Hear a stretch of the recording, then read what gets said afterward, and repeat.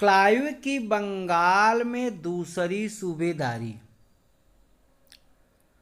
और इसका टाइम है मई 1765 से फरवरी 1767 तक।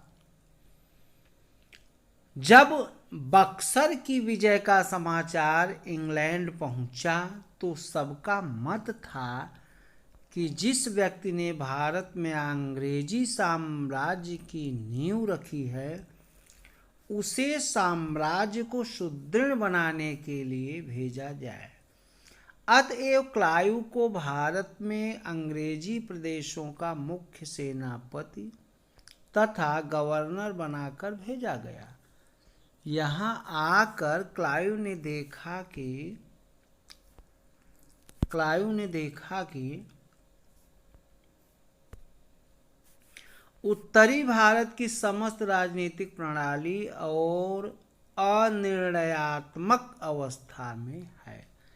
बंगाल का प्रशासन पूर्णतया गड़बड़ था।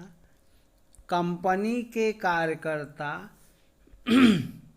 धन के लोभ तथा उससे उत्पन्न अवगुणों में इतने जमे हुए थे कि कंपनी का व्यापार ठप हो रहा था तथा जनता पर अत्याचार हो रहा था। राजनीतिक व्यवस्था।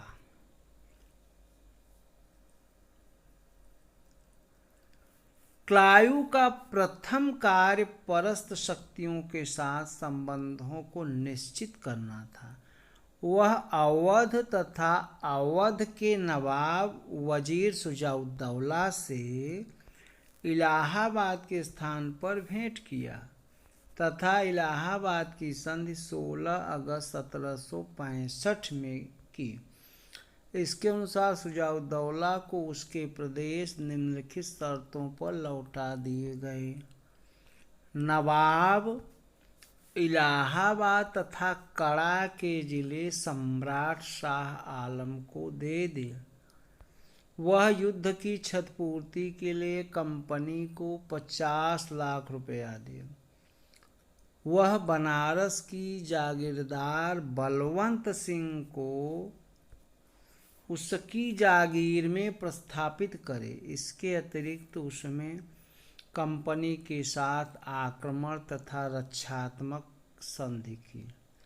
इसके अतिरिक्त उसे कंपनी की आवश्यकता अनुसार निःशुल्क सहायता करनी होगी तथा कंपनी नवाब की सीमाओं के रक्षार्थ उसे सैनिक सहायता देगी जिसके लिए नवाब को धन देना होगा। शाह आलम से संधि। इलाहाबाद की दूसरी संधि के अनुसार भगोड़े सम्राट शाह आलम को अंग्रेजी संरक्षण में लिया गया। उसे इलाहाबाद में रखा गया। इलाहाबाद तथा कड़ा के जो जिले नवाब ने छोड़ दिए थे शाह आलम को मिले। शाह आलम ने अपने 12 अगस्त के फरमान द्वारा कंपनी को बंगाल, बिहार तथा उड़ीसा की दीवानी स्थायी रूप से दे दिया। इसके बदले कंपनी सम्राट को 26 लाख रुपया देगी तथा निजामत के व्यय के लिए 53 लाख देगी। क्लाइव की दोनों व्यवस्थाएं समकालीन परिस्थितियों को ठीक समझने का प्रयत्न था। यदि वह अवध को अपने अधिकार में ले लेता तो मराठों तथा अहमद शाह अब्दाली जैसी दो शक्तियों से उसके टकराने की संभावना हो जाती। इस निर्णय से अवध का नवाब मित्र बन गया तथा अवध एक मध्यवर्ती राज्य बन गया जो आत्महित की भावना से अंग्रेजों से बंध गया। इसी प्रकार शाह आलम की संधि थी। क्लाइव का दिल्ली पर अधिकार करने का तो प्रश्न ही नहीं था। उसने सम्राट को पेंशनर बना दिया तथा वह कंपनी की रबड़ की मुहर बन गया। बंगाल की दोहरी शासन प्रणाली। क्लाइव ने बंगाल के उलझन को कुख्यात दोहरी प्रणाली द्वारा सुलझाने का प्रयत्न किया। इसमें वास्तविक शक्ति तो कंपनी के पास थी, परंतु प्रशासन का भार नवाब के कंधों पर था। मतलब पैसे का काम पूरा कंपनी का था और केवल देख रेख का काम जो है वो नवाब का था। मुगल साम्राज्य की स्वर्ण काल से ही प्रांतों में दो मुख्य अधिकारी होते थे, सूबेदार तथा दीवान। सूबेदार का कार्य निजामत अर्थात सैनिक संरक्षण, पुलिस तथा फौजदारी कानून लागू करना तथा दीवान का कार्य कर व्यवस्था तथा दीवानी। दोनों अधिकारी एक दूसरे पर नियंत्रण का काम भी करते थे तथा सीधे केंद्रीय सरकार के प्रति उत्तरदायी थे।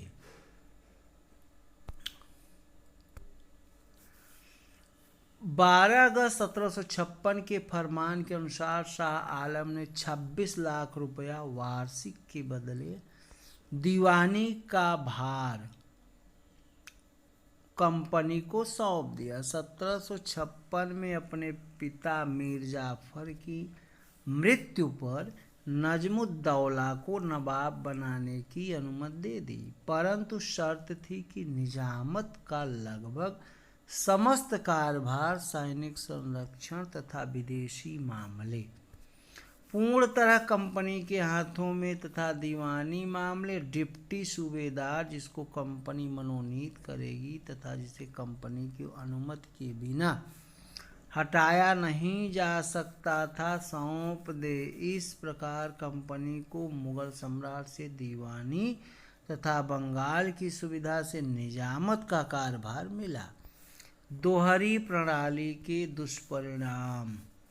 प्रशासन की जो व्यवस्था क्लाइव ने स्थापित की वह प्रभावी तथा अव्यावहारिक थी तथा इसने बंगाल में अराजकता तथा भ्रांति फैला दी। आरंभ से ही यह असफल रही। प्रशासनिक व्यवधान। निजामत की शिथिलता के कारण देश में कानून और व्यवस्था लगभग ठप हो गई। न्याय तो केवल विडंबना मात्र रह गया। नवाब में कानून लागू करने तथा न्याय देने की सामर्थ्य नहीं रही। कंपनी प्रशासन के उत्तरदायित्व को स्वीकार नहीं करती थी। ग्रामीण प्रदेशों में डाकू स्पष्ट रूप से घूमते थे तथा सन्यासी छापामारों के कारण सरकार केवल नाम मात्र की ही रह गई। आदि से अंत तक समस्त प्रशासन भ्रष्ट हो चुका था। आदि से अंत तक समस्त प्रशासन भ्रष्ट हो चुका था। अपनी धन लोलुपता के कारण कंपनी के अधिकारी ईमानदार भारतीयों को अपने करिंदों के रूप में प्रयोग नहीं करते थे।